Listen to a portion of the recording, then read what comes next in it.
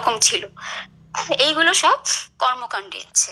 আর জ্ঞান কাণ্ডে আছে এই জিনিসগুলো, যে কি তার এই সমস্ত মানে বেদান্ত ব্যাপারটাই হচ্ছে জ্ঞান কাণ্ড। আচ্ছা, এবারে কর্মকাণ্ডটা কি, সেটা কিন্তু সময়ের সঙ্গে সঙ্গে পরিবর্তন হবে। যেমন সেই যুগে অশ্বমেধ যজ্ঞ ওইসব ছিল, এই যুগে তার কেউ অশ্বমেধ যজ্ঞ করবে না, তো ওইটা হচ্ছে পরিবর্তনশীল। হ্যাঁ, সময়ের সঙ্গে সঙ্গে কর্মকাণ্ড। কিন্তু জ্ঞান কাণ্ড বা বেদান্ত যেটা, সেটা কিন্তু চিরন্তন, শাশ্বত। অ্যাকচুয়ালি এটাই হচ্ছে আমাদের সনাতন ধর্ম। আমরা যে চিৎকার করে বেড়াই না চারিদিকে, হিন্দু ধর্ম সনাতন ধর্ম, হিন্দু ধর্ম মানে এই তিলক পরে মালা নিয়ে, ওটা কিন্তু কোনো হিন্দু ধর্ম নয়। হ্যাঁ, হিন্দু ধর্ম অ্যাকচুয়াল হচ্ছে বেদান্ত। এটাই চিরন্তন শাশ্বত। কেন এটা চিরন্তন শাশ্বত?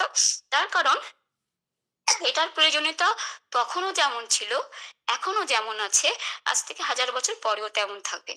যতদিন মানুষের অস্তিত্ব থাকবে, হ্যাঁ, যতদিন মানুষের অস্তিত্ব থাকবে, ততদিন মানুষের দুঃখ, এই ক্ষোভ মানে ক্ষোভ, লোভ, হ্যাঁ, কামবৃত্তি সবই থাকবে। তাই ততদিন কিন্তু এটা অস্তিত্ব, এটা প্রয়োজনীয়তা একইভাবে থাকবে। তো সেই জন্যই হচ্ছে বেদান্ত আমাদের চিরন্তন, শাশ্বত, সব সময়। আগেও এটা প্রয়োজন ছিল, এখনো আছে, পরেও থাকবে। বোঝা যাচ্ছে তো? আমি তো বলেই যাচ্ছি। হ্যাঁ, বোঝা যাচ্ছে। বুঝতে পারছি। আচ্ছা আচ্ছা, ঠিক আছে। হ্যাঁ, ঠিক আছে, ঠিক আছে। আচ্ছা, তো সেইটাই হচ্ছে ব্যাপার। সেই জন্য হচ্ছে বেদান্ত। তো বেদান্ত কি না, সেই সময় যেরকম প্রয়োজন ছিল এখনো আছে, পরে যতদিন মানুষের অস্তিত্ব আছে, ততদিন মানুষের মন আছে, ততদিনটা লাগবে। ঠিক আছে। এবারে বেদান্ত ব্যাপার আমাদের, স্বামীজিকে বলছে না বনের বেদান্ত ঘরে আনলেন। হ্যাঁ, স্বামীজির আগে কিন্তু বেদান্তের এত প্রচার ছিল না, ছিল শঙ্করের সময় কিছু, কিন্তু তাও যোগ্যতা অনুযায়ী সবাইকে এই জিনিসগুলো জানানো হতো না। হ্যাঁ, যোগ্যতা অনুযায়ী, মানে যার মধ্যে বৈরাগ্য হবে, এই মানে এত এত সম দম থাকবে, হ্যাঁ, সব সাধন চতুষ্টয় যেটা বলে, থাকলে তাকেই জানানো হবে। মানে একটা গুপ্ত বিদ্যা ছিল। হ্যাঁ, কিছু সংখ্যা ওই বলতে গেলে সন্ন্যাস নেওয়ার পরই এটা জানা যেত। স্বামীজি কি করলেন, এটাকে সবার জন্য আনলেন। স্বামীজি বললেন ঠিক আছে, অযোগ্য হলেও এটা জানুক, যে যতটা নিতে পারবে সে ততটা সেই শক্তি পাবে। এই জন্য কিন্তু, নাহলে কিন্তু এইভাবে আমরা যখন রামকৃষ্ণ মঠ উপনিষদের বই, বেদান্তের এত পাচ্ছি, এত কিন্তু স্বামীজির আগে ছিল না। স্বামীজির মানে এটা আমাদের ওপর মানে অসীম আশীর্বাদ। তিনি বুঝেছেন যে একটুও যদি সেই অমৃত পায় মানুষ, যদি একটুও বুঝতে পারে, তাতে তারই লাভ ভালো হবে। তো যাই হোক, তো এই ঋষি মুনিদের সময় কি ছিল, বেদান্ত একেবারে গুপ্ত বিদ্যা ছিল। মানে শিষ্যের যোগ্যতা, যোগ্যতা পরীক্ষা করে তারপর তাকে এগুলো শোনানো হতো। তার কারণ এগুলো খুব সহজ মানে ব্যাপার ছিল না। একটা যোগ্যতা না থাকলে জিনিসগুলো নেওয়াও যেত না। হ্যাঁ, তো সেই কারণে, আর কোনো কারণ না যে দেবে না এরকম না, সে বুঝতে পারবে না, সোজা কথা। হ্যাঁ, তো সেই জন্যই এগুলো খুব গুপ্ত বিদ্যা হিসেবে ছিল। গোটা মানে গুটি কয়েক মানুষ এগুলো জানতে পারতো। তো এবারে ব্যাপারটা হলো, ঋষিমুনিরা সেটা বুঝেছিলেন যে যোগ্যতা না হলে দেওয়া যাবে না যেমন, কিন্তু এটাও বুঝেছিলেন যে সাধারণ মানুষেরও তো কিছু প্রয়োজন, তাদেরও তো জ্ঞানের কিছু প্রয়োজন, মানে তাদেরও তো জানতে হবে। কিন্তু তারা তারা যেহেতু তখনকার দিনে চাষিবাসী মানুষ বেশি এসব ছিল, এইসব মানুষ, তো ভাবলো ওরা তো এগুলো বুঝবে না। তো ওদের জন্য কি করা হলো, বেদান্তের যে সত্য, সেটাকে না গল্প আকারে তাদের কাছে পৌঁছে দেওয়া হলো। সেই জন্য তখন লেখা হলো স্মৃতি শাস্ত্র। তখনই এই মনুস্মিতা, এই যে স্মৃতি শাস্ত্রগুলো তখন এলো। মানে বেদান্তর একটা কিছু রইলো, হ্যাঁ, আত্মা মানে কোনো সূত্র রইলো, কিন্তু সেটাকে গল্পের আকারে। তো গল্পের আকারে বলে তখন তারা সেটা সহজে বুঝলো। এইভাবে কিন্তু সাধারণ মানুষের কাছে আনা হলো। কিন্তু সবকিছুরই তো ভালো আছে, খারাপ আছে। এবারে গল্প আকারে যেই এলো, সেটা এত বেশি গল্প হয়ে গেল যে মানে আমি একটা গল্প বলছি তো আরেকজন তার উপর বলছে, এই করতে করতে মূল যে সত্যটা সেটা ক্রমশ সরে গেল। মানে মানুষের কল্পনা তো, কল্পনায় কল্পনায় সেটা বেড়ে গেল। সেই করে কি হলো, তাই জন্য স্বামীজি বলছেন যে আমাদের দেশে এত বড় বেদান্ত থাকা সত্ত্বেও এত অধঃপতন কেন। এই যে গল্প বলা করতে করতে তার মধ্যে অন্ধবিশ্বাস, কুসংস্কার সমস্ত ঢুকে গেল।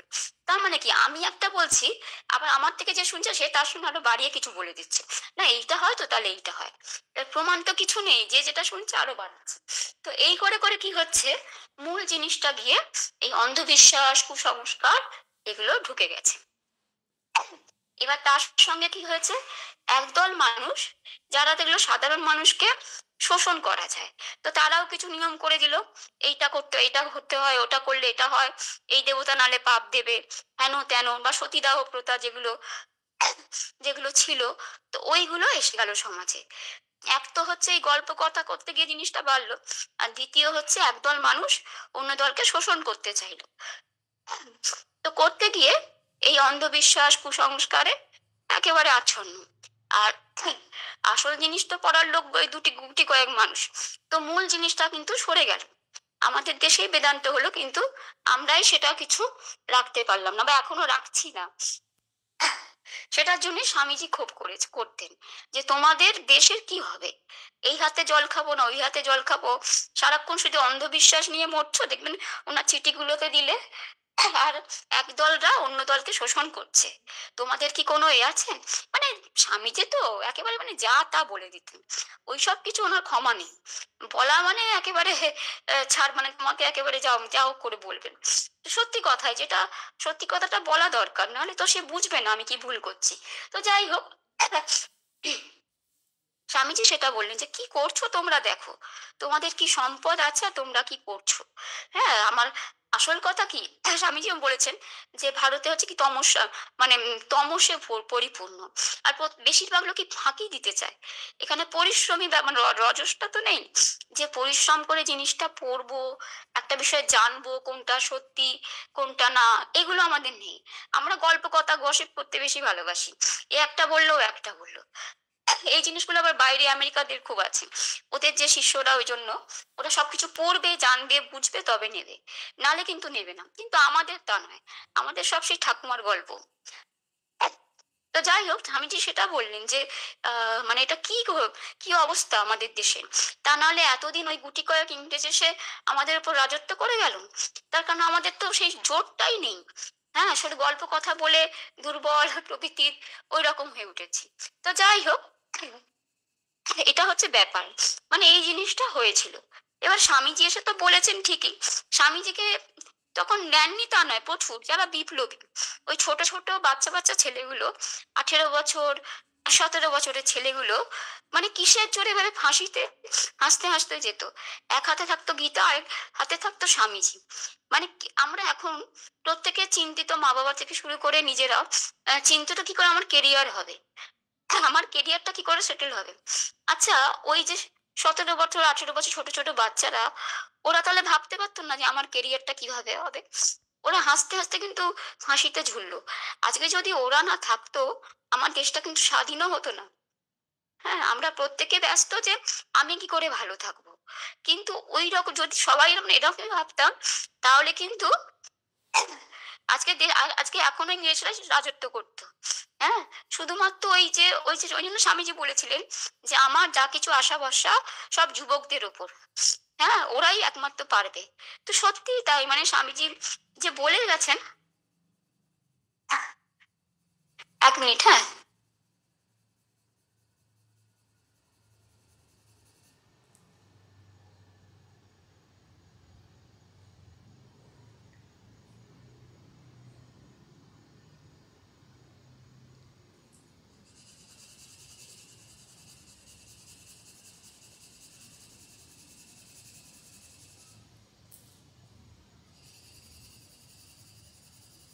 সরি, আসলে এখানে তো একটা বাচ্চা মেয়ে একটু ডাকছিল, সেই জন্য। হ্যাঁ, কিছু মনে করবেন না। ঠিক আছে, ঠিক আছে, কোনো ব্যাপার না। হ্যাঁ, তো যেটা বলছিলাম, হ্যাঁ, তো সেটাই, মানে ছোট ছোট বাচ্চারা 17 18 বছরের, ভগৎ সিং বলছে আমার দুলহন হচ্ছে কি আজাদ, আজাদই হচ্ছে আমার দুলহন। মানে কি তাদের শক্তি ভাবা যায়? আমরা এখন কেউ ভাবতে পারবো? আমরা 17 18 বছরে, সে মা বাবাই হোক, আমরা সবাই কেরিয়ার কি করে আমি আমি সেটেল হব। সেটেল হওয়া মানে কি, আমি কি করে ভবিষ্যতে ভোগ করতে পারবো, সোজা কথা। হয়তো আপনাদের খারাপ লাগবে জানি না, কিন্তু যেটা সত্যি বলছি। মানে আমার যেন ভবিষ্যৎটা সুন্দর ভোগের ব্যবস্থা হয়। সেটা আমাদেরও দোষ নয়। এটা অ্যাকচুয়ালি আমাদের সমাজ শেখাচ্ছে। এই যে অ্যাড গুলো, এইগুলো আমাদের এমনভাবে দেখানো হচ্ছে, আমাদের ব্যাক অফ মাইন্ডে এটাই থাকছে যে একটা যেমন অ্যাডে দেখানো হচ্ছে এই জায়গায় ঘুরতে যাও, কত সুন্দর জায়গা, এই জিনিস পড়ো, এই করো। তো আমরা কিন্তু নিজেরাই বুঝতে পারছি না, আমাদের ব্যাকআপটা মাইন্ডে এগুলো বসে যাচ্ছে। তার ফলে আমরাও কিন্তু না জেনেও যেন এগুলো করছি। তো যাই হোক, সেটা আলাদা কথা। মানে বলছি আর কি। তো সেটা বলছি যে তখন ওইটুকুটুকু ছেলে, হ্যাঁ, ভগৎ সিং, তারপরে ক্ষুদিরাম, মানে ওরা কত ওদের বয়স সামান্য, তো তারা কিন্তু হাসি মুখে ফাঁসিতে যাচ্ছে। মানে ইংরেজরা থেকে মানে ভয়, তারা ভয় পেয়ে যাচ্ছে যে এদেরকে আমরা এত এ করছি, এদের কোনো ভয় নেই, হাসতে হাসতে ফাঁসিতে। সেই শক্তিটা পাচ্ছে কোথা থেকে ওরা? এইরকম স্বামীজি পড়ে, গীতা পড়ে। হ্যাঁ, বলছে আমার সব থেকে বড় কথা, নেতাজিকে ভাবুন। নেতাজি মানে ভাবা যায়, নেতাজি বলছে, নেতাজিকে তো বলা হয় স্বামীজির মানুষ পুত্র। তো সেটাই মানে স্বামীজিকে এমন ভাবে পড়েছেন, তিনি বেরিয়েও পড়লেন সন্ন্যাসী হতে, কিন্তু স্বামীজির মতো যখন পরিব্রাজক হয়ে দেখলেন দেশটাকে, উনি বুঝতে পারলেন যে না, এখন আমার সন্ন্যাস নেয়ার মতো সময় আসেনি। যে দেশে মানুষ এইভাবে পরাধীনতার যন্ত্রণায় মরছে, তাহলে এখন আমার প্রধান কর্তব্য দেশকে স্বাধীন করা। হ্যাঁ, তো কিভাবে, আর নেতাজির যে সাহস, ভাবা যায় কিভাবে ইংরেজদেরকে চোখে ধুলো দিয়ে যাচ্ছেন। আমি আমার দাদুর কাছে শুনেছি, ওনারা তখন ছিলেন তো স্বাধীনতার সময়, বলছে রেডিওতে আমরা শুনছি যে স্বামীজি আসছেন সাবমেরিনে করে নিচে দিয়ে, মানে একটা ফোঁটা যদি জলের বুদবুদ ওঠে, সঙ্গে সঙ্গে মানে ব্রিটিশরা দাঁড়িয়ে মানে এ করে আছে যে ফায়ার করবে। হ্যাঁ, এইরকম অবস্থা। মানে সে ওই সাবমেরিনে করে আসছে। হ্যাঁ, মানে কতটা সাহস থাকলে ভাবা যায় এইভাবে নিজের প্রাণের বাজি রেখে, শুধু কতটা কতটা সাহস থাকলে, হ্যাঁ, চোখে ধুলো দিয়ে শুধুমাত্র দেশকে স্বাধীন করো। হ্যাঁ, এই হচ্ছে নিঃস্বার্থপরতা। এইসব লোক যদি না থাকতো, তাহলে আজকে আজকে আমরা যেখানে আছি সেরকম কিন্তু থাকতে পারতাম না। স্বামীজি তো বলে গেছেন, করে গেছেন তার জীবন বটে, তারপরেও যে জীবনগুলো উঠেছে শুধু দেখুন, নেতাজি, তা তারাও কি স্বামীজিকে নিয়েছে। হ্যাঁ, স্বামীজি, গীতা, এগুলো এইগুলো সেই শক্তিটা দেয়, নিঃস্বার্থপরতা বা এই যে শক্তি এটা দেয়। যাই হোক, আচ্ছা, তো যাই হোক, এটা আমি বলতে চাইছিলাম যে বেদান্ত আমাদের ওই জন্য কিরকম শক্তিটা দেয়। আচ্ছা, এবার তো এগুলো তো ঠিক আছে, যেমন যা হলো। মাতাজি, একটা তো যদি প্রশ্ন হ্যাঁ, করতে পারি? হ্যাঁ, অবশ্যই অবশ্যই বলুন। এই যে আপনি বললেন যে এটা যে মানে আমাদের যে স্বাধীনতা সংগ্রামীরা তারা নিজেদেরকে ভুলে সমগ্রের জন্য ঝাঁপ দিয়েছিল, হ্যাঁ, হ্যাঁ, নিজের ব্যক্তিকে ভুলে সমগ্রের জন্য ঝাঁপ দিয়েছিল, যেটা আপনার কথা যে বেদান্ত সেটাই বলছে। হ্যাঁ, কিন্তু তাহলে আমরা মানে এর জন্য তো একটা মানে আত্মজ্ঞানেরও প্রয়োজন হয়েছে, যে আমি একা নয়, আমি সমগ্রের মধ্যে একজন আর কি, যেটা হ্যাঁ, বেদান্ত বলতে এই হ্যাঁ, হ্যাঁ, আত্মজ্ঞানের রাস্তা। এই হ্যাঁ, আত্মজ্ঞানটা আমরা কি তো করে হবে? প্রায়শই বলে থাকি যে হ্যাঁ, আমরা সবাই, কিন্তু আমরা সবাই মুখে বলি, কিন্তু হ্যাঁ, ভেতরে কিন্তু মানে ওই বলতে হয় বলা, এর বিষয়ে হ্যাঁ, কিছু হ্যাঁ, নয় হ্যাঁ, কিন্তু হ্যাঁ, হ্যাঁ, আমি ঠিকই। হ্যাঁ, ব্যক্তিগত এটা ভাবে ঠিকই। হ্যাঁ, মানে ওদের দেখুন, ওনাদের মধ্যে সেইটাই, ও যদি মানে নিঃস্বার্থপরতা না আসতো, তাহলে এইরকম কাজ কেউ করতে পারতো না, তাই না? তা এখন আমার যদি এত চিন্তা থাকতো, তাহলে নেতাজি কি ওইভাবে জীবনের মানে এ নিয়ে পুরো জীবনটা দিতেন? ঠিকই কথা। তো সেইটাই আমরা মুখে অবশ্যই বলছি, তার কারণ আমরা জানি না, ওইটা আমাদের আত্মজ্ঞান নেই, সেই জন্য আমরা তো সত্যি বলতে বেদান্ত বা এই জিনিসগুলো পড়ি না, চর্চা করি না। আমরা যত গল্প কথা পড়ে আমরা ভাবি ওইটাই ধর্ম, একটু গল্প কথা হলো, একটু প্রসাদ হলো, একটু মায়ের নাম হলো, হয়ে গেল। আমরা তো ওই ফাঁকিবাজ টাইপের না, আসল জিনিসের তো আমাদের কোনো এ নেই। এটাই হচ্ছে আসল ব্যাপার। হ্যাঁ, তো সেটার জন্যই আমরা জানি না। হ্যাঁ, তো খুব কম সংখ্যক লোক যারা এগুলো করে, তারা এগুলো জানে। তো যাই হোক, এটা খুবই ভালো প্রশ্ন এবং যথাযথই প্রশ্ন। তো আসছি আমি সেই কথায়। তো যাই হোক, আমি তো সেটা বললাম যে আমাদের এত বড় বেদান্তের শক্তি থাকা সত্ত্বেও এই গল্প কথা, কিছু মানুষের অন্যকে শোষণ করার এই সমস্ত থাকার জন্য কি হলো না, আমাদের মধ্যে এই কুসংস্কার, অন্ধবিশ্বাসটা আমাদের দেশটাকে ছেয়ে ফেললো। তো তার জন্যই পরাধীনতাও এলো। কিন্তু আবার স্বামীজিও এলেন, স্বামীজিও বলে গেলেন। স্বামীজিকে যারা নিল, ছোট ছোট বিশেষ করে যুবক সম্প্রদায়, তারাই শক্তি হয়ে দাঁড়ালো স্বাধীনতার জন্য। তো যাই হোক, সবকিছু ভালো মন্দ আছে। তো এইভাবে চললো। আচ্ছা, এবারে আমি একটা, যেটা যেটা আপনি প্রশ্ন করলেন, আপনি এর মধ্যে আসবে যে বেদান্ত আমাদের কি দেয়। হ্যাঁ, বেদান্ত কি দেয়? বেদান্ত কিন্তু, বেদান্ত বলে অমৃতস্য পুত্রাহা। হ্যাঁ, আমি যখন কলেজে পড়ি, তখন প্রথম মহারাজে ক্লাস করতে যেতাম, মহারাজদের, আপ্যাপিয়ানন্দজি মহারাজ ওনাদের। তো ওনাদের মুখে না এই কথাটা শুনে আমার মানে সব থেকে ভালো লেগেছিল। অমৃতস্য পুত্রাহা, মানে বলছেন তোমরা অমৃতের সন্তান। এর থেকে বড় আর কি হতে পারে? তোমাদের পরিচয় শুধু এইটা, পাপি তাপি ছোট বড় কোনো নয়। দেখুন, আমরা বাস্তব জীবনে যেখানে চলি, সবসময় কি আছে? কম্পিটিশন। হ্যাঁ, কম্পিটিশন, তুলনা। হ্যাঁ, এগুলো তো, তুমি ছোট আমি বড়, এই কি মানে সেখানে যে কোনো দিক দিয়ে হোক, পয়সা হোক, শিক্ষা হোক, পজিশন হোক, সব ক্ষেত্রে তুলনা চলছে। হ্যাঁ, তাতে কি হয়?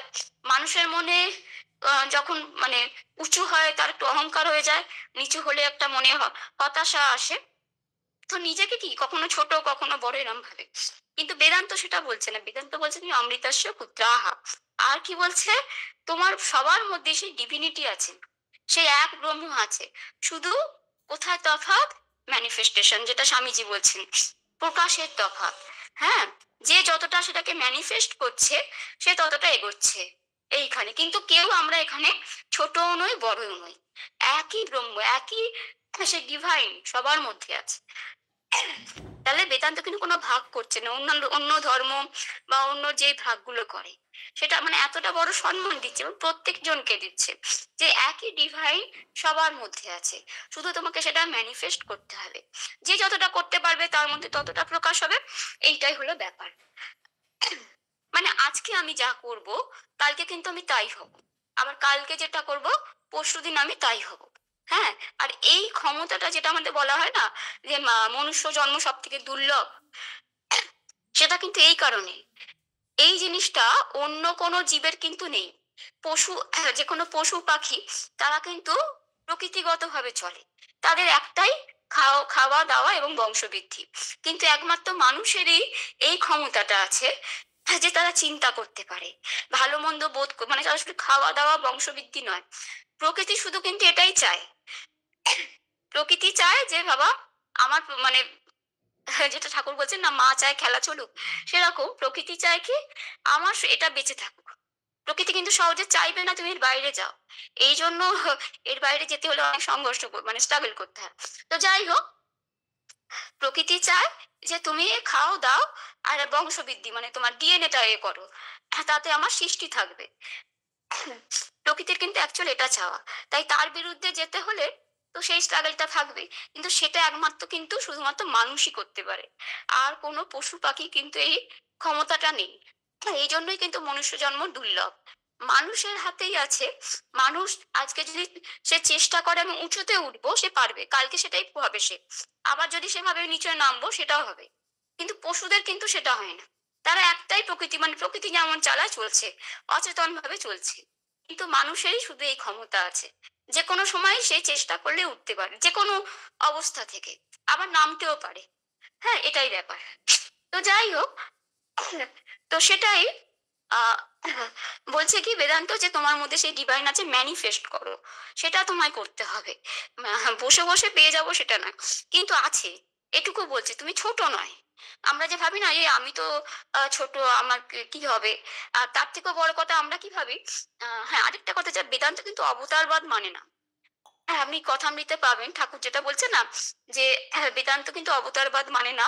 মানে বলছে আগেকার দিনের ঋষি মুনিরা, তারা কিন্তু রামচন্দ্রকে বলতো কি দশরথের বেটা। দেখবেন কথামৃতে অনেক জায়গায় পাবেন। তারা অবতার বলে মানতেন না, তারা বলতেন দশরথের বেটা। তারা একমাত্র সেই পরম বা ব্রহ্ম বা সত্যকেই মানে ওই একই পরম ভাবে। এবার সেটা আলাদা কথা, অবতার মানে কি হেন তেন, সেই সত্যের বেশি প্রকাশ এগুলো আছে। কিন্তু বেদান্ত বলে সবার মধ্যে সেই মানে সম্ভাবনা আছে, শুধু তোমাকে সেটা করতে হবে। তাই মানে এত বড় সম্মানটা বেদান্ত দেয় যে তুমি ছোটও নয় বড়ও নয়, তুমি যেমন করবে তুমি তেমন হবে, এটাই হলো ব্যাপার। তো যাই হোক, তো এইটা হচ্ছে বেদান্তের একটা খুব মানে যেটা আমরা আর কোনো জায়গায় পাবো না। অন্য জায়গায় আমরা আমরা কি ভাবি যে না বাবা এ আমার আমার এত ক্ষমতা নেই, স্বামীজি স্বামীজি হয়েছে, ঠাকুর ঠাকুর মা মা, আমরা ওই একটু ধূপ ধুনো দিয়ে পুজো করব, একটু মামা করব, একটু প্রসাদ করব, একটু ভক্তরা নেচে গায়ে ভজন করে আনন্দ করব, এইটুকুই আমাদের ক্ষমতা।